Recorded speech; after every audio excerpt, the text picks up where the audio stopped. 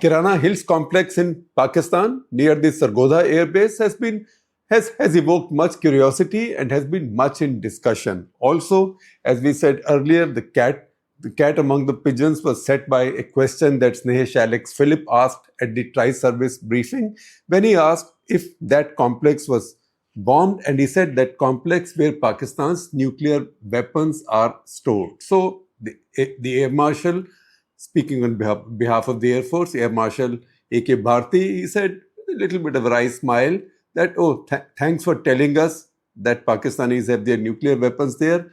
We had no idea, and no, we haven't hit this. That is what you saw. However, there's been a lot of discussion.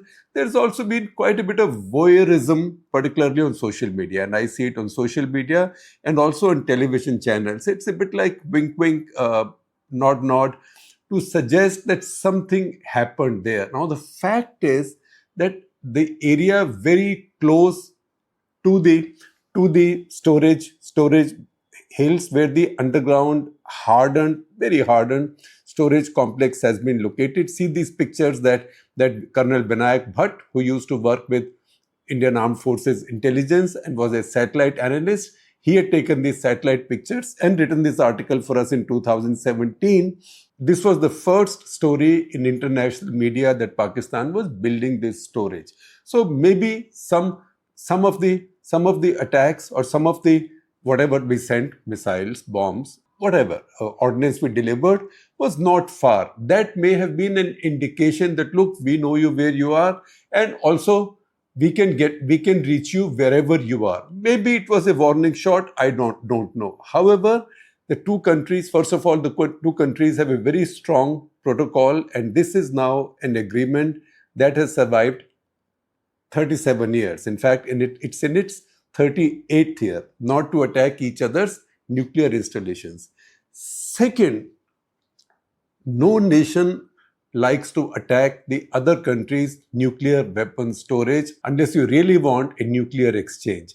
And most certainly, if nuclear weapon owning nation does not attack the other nuclear weapons owning nation's storage, because if you do that, then that nation will immediately make the conclusion that this is an existential threat, that now my strategic assets are going to be taken away, they are threatened. So before others are attacked, let me use them. So this is very escalatory. These things happen maybe on day 100 of a really nasty and bad war.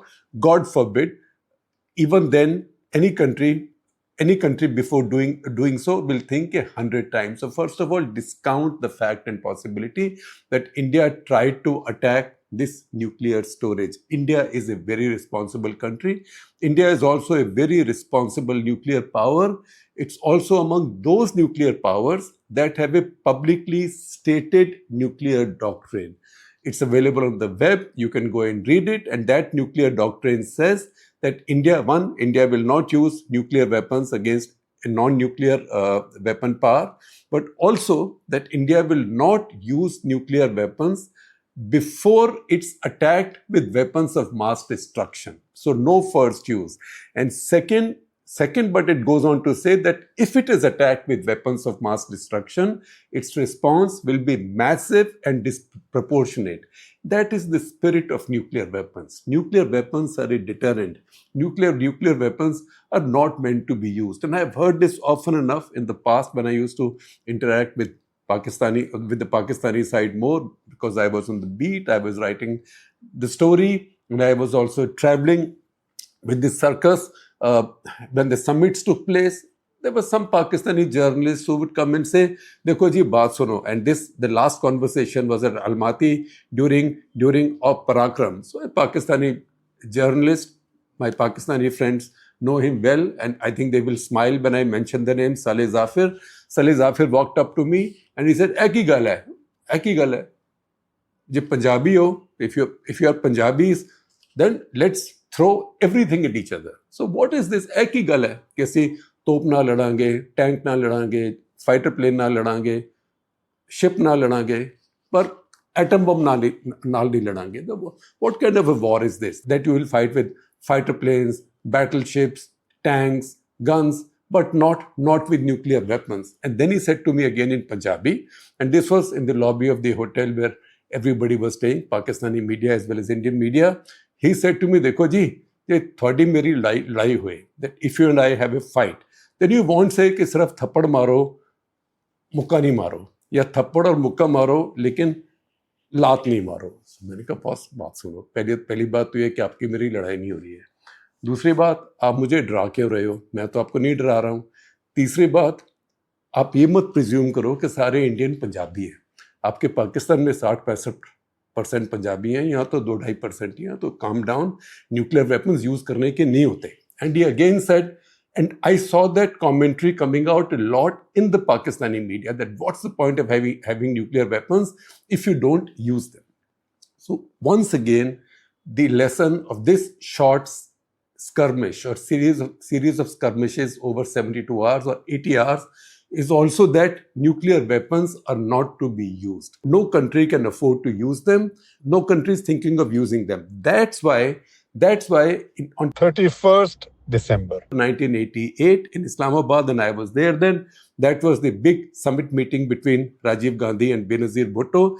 It coincided with the SARC summit at that point. They signed an agreement, and this was an agreement not to attack each other's nuclear installations. If you see this agreement, and you will see it on your screens, it's a very short agreement. In fact, the best treaties and agreements are the short ones. The shorter, the better. So this has three clauses, three very short clauses. The first clause says that no side will attack the other side's nuclear installations. The exact line there is, and I quote, that each side commits to not, and I quote, undertaking, encouraging, or participating in, directly or indirectly, any action aimed at causing destruction or damage to any nuclear installations or facility in each country. That's the first clause. The second clause is the definition of a nuclear establishment. This you have to hear carefully because definition is very wide. And remember, this is 1988. So no country as yet is an overtly declared nuclear weapons state. Although the Pakistanis had talked about their nuclear weapon, India tested a nuclear device in 1974, but in 1988, the two countries were still not nuclear weapon states. So this agreement does not say any weapon sites. What does it say? See how wide it is.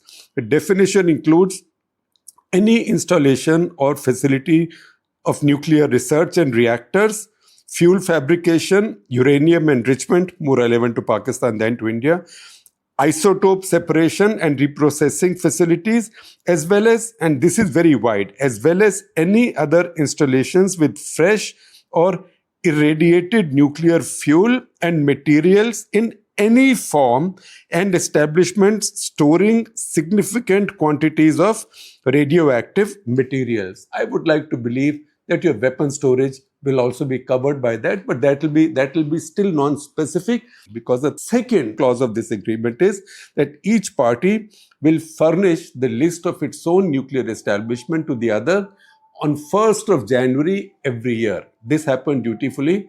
This year also on the 1st of January. This agreement has survived many warlike situations. This has survived Kargil, this has survived Op Parakram, this has survived Pulwama and any such tensions. So 1st of January every year, the two countries exchange these lists of their nuclear installations. This is the most important in my book, the most important confidence building measure that the two countries have instituted. So we have to understand this and keep this in perspective before thinking lightly or maybe fantasizing, I'm sorry to use that word, about any attack on anybody's nuclear storage or nuclear facilities. However, the Indian Air Force attack, and this was quite an explicit daytime attack, which caused damage. Daytime is also more important because satellites, and also these days everybody has a camera. People around air bases also have cameras, and everybody wants to make reels. So these pictures come out. A daytime attack in Sargodha and not far from this facility is a message to say that, look, we can reach anywhere. No corner of your country is out of our reach. Sargodha Air Base is the very heart of Pakistan Air Force, and Pakistan treats its air force as a very special entity, much more special than the Pakistani army. Pakistani army may rule the country, but the wing of the armed forces that's really privileged in Pakistan is the Pakistan Air Force, and Sargodha is its favorite home. It is the heart of Pakistan Air Force. So that is the import of this attack. The import of this attack is not to threaten Pakistan's nuclear weapons, because they will have nuclear weapons dispersed in many places in a very vast country. That said, if nuclear weapons are weapons of last resort, who's more likely to, if not use them, also more likely to use them maybe, but more likely to flaunt them? The side that's more likely to flaunt them is the weaker side. Because anytime the militarily, conventionally weaker side thinks that it's at a disadvantage, or that it's under a challenge, or it's being threatened, they start rattling the nuclear sabre. That is something the Pakistanis have done routinely since 1987. And it's that story, the story of nuclear escalation, that Pakistan has used now for almost 30 years, that I will take you through over the next few minutes.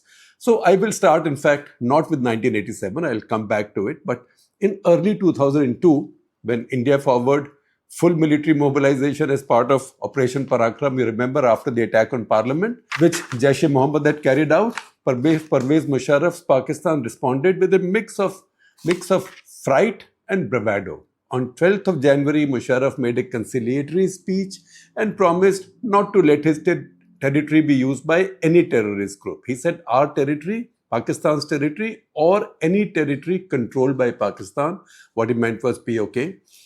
India did not de-escalate despite Musharraf's speech. At that point, a substantial asymmetry still existed between the two armed forces, India being way superior at that point, especially in the air.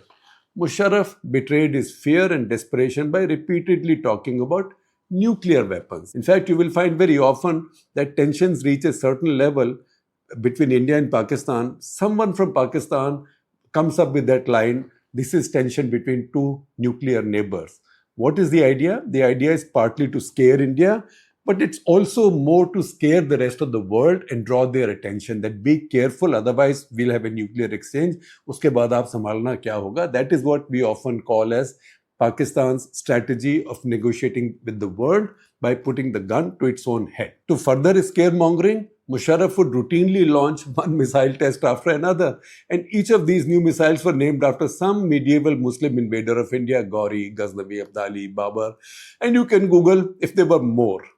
Nirupma Rao, later our ambassador to Beijing and Washington, and finally Foreign Secretary, she was then the spokesperson for the Ministry of External Affairs. At her usual daily briefings, she was asked for her reaction to these missile launches. Her reply is immortal and epic. All she said was, we are not impressed. In 4 devastating words, she had made the world laugh at the Pakistani nuclear blackmail and the Pakistani dictator. She didn't bother holding forth on how India might respond to Pakistani nukes. Those things everybody understands. Nobody has to state that. So just respond to such idiotic threats with the contempt they deserve. The journalists at her briefing laughed. Next day, the media, Indian and global, stepped off the nuclear curve because earlier, with all these daily missile launches, everybody was getting worried.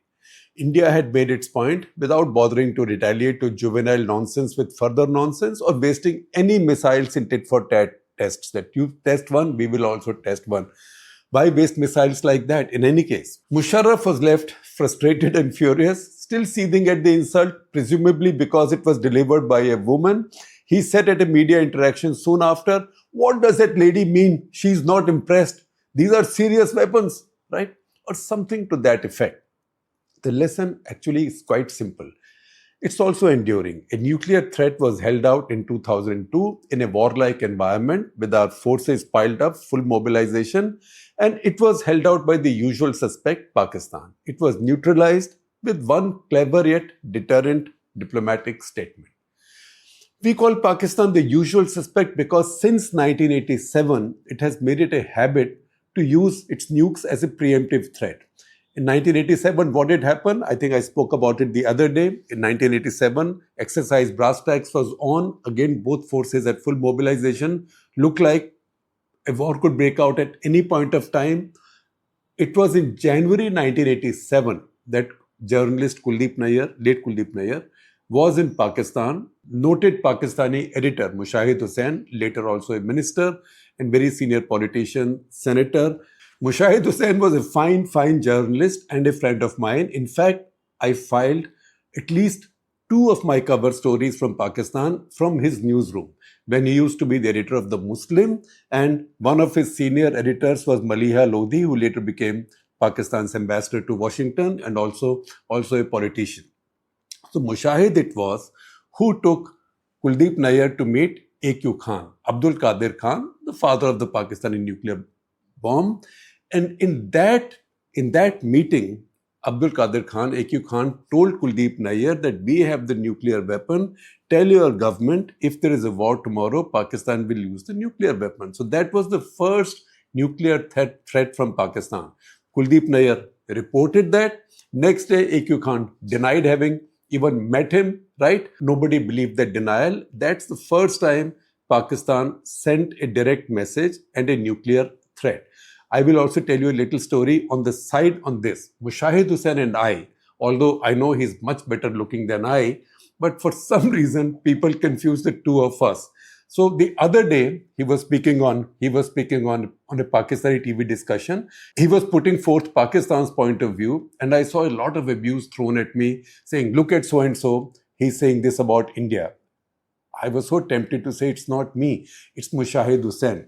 On the other hand, walking the corridors of the Soviet Foreign Ministry in the Soviet era, I was stopped in the South Asia corridor. I was stopped by a Soviet diplomat, foreign service officer, who asked me, "Arey, Mr. Mushahid Hussain, when did you come to Soviet Union?" And I had to tell him, I'm so and so. Similarly, Mushahid has had a similar experience. So, I would request Mushahid that one of us should probably grow a beard, but only one of us. More likely, it's better that he grows a beard. It will look better on him. That said, I only mentioned this because the context was the first specific nuclear threat from Pakistan. After that threat in 1987, that threat underlined the fact, regrettably, that Pakistan had achieved weaponization of its nukes earlier than India. In spite of conducting Pokhran-1 far back in 1974, India had let its nuclear weapons program languish. These days, it would be fashionable to blame it only on the Gandhi dynasty, and Indira Gandhi did indeed waste much time and focus because of her emergency. Following her, Morarji Desai was the only genuine and frankly disastrous pacifist in our history as a prime minister. He saw nuclear weapons and espionage as utterly immoral. Indira Gandhi's second coming was consumed by internal strife, especially Assam and Punjab. Rajiv woke up to the threat after this Kuldeep Nayyar AQ Khan interview and realized that there was an asymmetry thanks to Operation Brass Tacks. He then launched the program for full weaponization. I have written in detail the story of how this came to fruition as the baton was passed between 8 prime ministers from Rajiv Gandhi onwards. That story, that article, will share with you. You will also see some of it on your screen. The first Pakistani nuclear threat, or just the suggestion of it in 1987, made India give up its strategic hesitations. The next blackmail from Pakistan came while the gap was still in its favor. In the summer of 1990, and it's a well-documented story. I have written about it also. I will later give you a list of the links I'm going to share with you. These are my articles from that era. Kashmir was going through its worst insurgency. We've spoken about it often. Benazir Bhutto was at Muzaffarabad threatening to chop Governor Jagmohan into pieces. Both countries' armies were in full mobilization with live ammunition issued on both sides. We were writing cover stories on war scenarios, and Pakistani Foreign Minister Sahibzada Yaqub Khan came visiting. Don't start a war now, he told his counterpart Inder Gujral, or there will be a fire that consumes the rivers, forests, mountains, everything. This will be like nothing you've seen before. Gujral's response was again as classy and classic as you would expect from an old-fashioned diplomat. He said, I don't know what you're talking about, Yaqub Sahib, लेकिन जिन दरियाओं का पानी आपने पिया है, उनका ही हमने भी पिया है. that I don't know what you're talking about, Yaqub Sahib, but remember, we've also been nurtured on the waters of the same rivers as you. This is something that I wrote about and recorded while Mr. Gujral was alive. And this is also something that Mr. Gujral later recorded in his memoir as well. Mr. Gujral's was again the language of deterrence, softly spoken yet effective. These events have also been documented in detail by American investigative journalist Seymour Hersh, then Deputy NSA Robert Gates, and in a remarkable book, Critical Mass, The Dangerous Race for Superweapons by NBC's Bob Windrum and Ed Burrows, and even my journalistic writings in that period. Vajpayee ignored all nuclear talk during Kargil. There were tiny threats, but veiled threats, because Nawaz Sharif would not make that threat. They were veiled threats by people close to the army establishment, but nothing very direct. So while Nawaz Sharif stayed away, the compulsive bullies that they are, the Pakistani military again tried this on the day of the Balakot attacks. We know how Kargil was resolved. That's a different story. But compulsive bullies that they are, the Pakistani military again tried this on the day of the Balakot attacks. Its big mouth spokesperson, Major General Asif Ghafoor, how we miss him in India, he said a meeting of the National Command Authority was called, and then he added with a smirk, you know what that means. I presume somebody knocked him on the head soon after, and he or everybody else never mentioned this again. The 26-27 February 2019 crisis, that is the post-Balakot crisis, passed pretty much as most India-Pakistan standoffs do, leaving each side the space to claim victory with their respective partisan public opinion. Nobody threatened Armageddon. Nobody flashed any missiles. Please do not buy that fantasy of the planned 12 missile strikes by India. This is opium den Chandukhana, opium den rumor. Both sides know the implications of launching even one ballistic missile. Whatever warhead it carries, the other will presume that it's nuclear from the moment it's launched. That is why all ballistic missiles in both countries have been taken away from conventional forces and put under the charge of their respective strategic forces commands. Once again, I'll bring you back to these attacks, these strikes on Pakistani air bases. This strike in Sargodha was also not far from the buildings or the complex where Pakistan's strategic forces command is located. The fact is, the subcontinent's nuclear deterrent keeps working again and again. When you draw the strategic balance sheet, India has made a substantive gain of long-lasting value. It has successfully, after one crisis to the other, it has successfully raised the nuclear threshold. The fantasy of Pakistani preemptive nuclear strikes is now dead and buried. India should savor this and plan both tactics and strategy going ahead accordingly. What it surely doesn't mean is that India should also now start nuclear loose talk like Pakistan in the past. And Pakistan does it all the time. Nuclear weapons are serious business. You do not expect or hope to ever use them. They are not patakas. They are not oversized daisy cutters. Daisy cutters were the big bombs that the Americans used in Tora Bora. No, nuclear weapons are something else. And all strategy aims at avoiding the use of nuclear weapons. Nuclear weapons are there to avoid war. They are not to be used in a war either in the beginning or in the end. Even in the course of the current crisis, stories emerged from Islamabad that the meeting of the Nuclear Command Authority was called. That was again to spread the scare, and more than to scare India, that was to spook the Americans and the rest, that you don't know what's going to happen here. Did they get spooked? I don't know. Can anything spook Donald Trump? I don't know. But soon enough, you saw that the Pakistanis themselves officially said that no such meeting of the Nuclear Command Authority was called. However, they tend to be trigger happy with nuclear threats. And that's all the more reason that we in India have to be more careful as a much more mature state, and also a state that understands what the nukes are. That is why India is now building its full triad with these nuclear submarines, SSBNs, which are fully Indian built, and also a harbor for them. Those are not to be used in normal times. When you have nuclear deterrence, you must have deterrence in all dimensions, in the air, on the ground, that's ground-based missiles, and also underwater in case your other nuclear assets are knocked out. And that's why any country will think 1,000 times before attacking the other country's nuclear assets. And that's why the Indian Air Force, Air Marshal Bharti, has done well to dispel that notion. And why do I say India is raising the nuclear threshold? Because Pakistan's nuclear threats are now following the law of diminishing returns. And that's why this time the Prime Minister said repeatedly that the era of nuclear blackmail is over.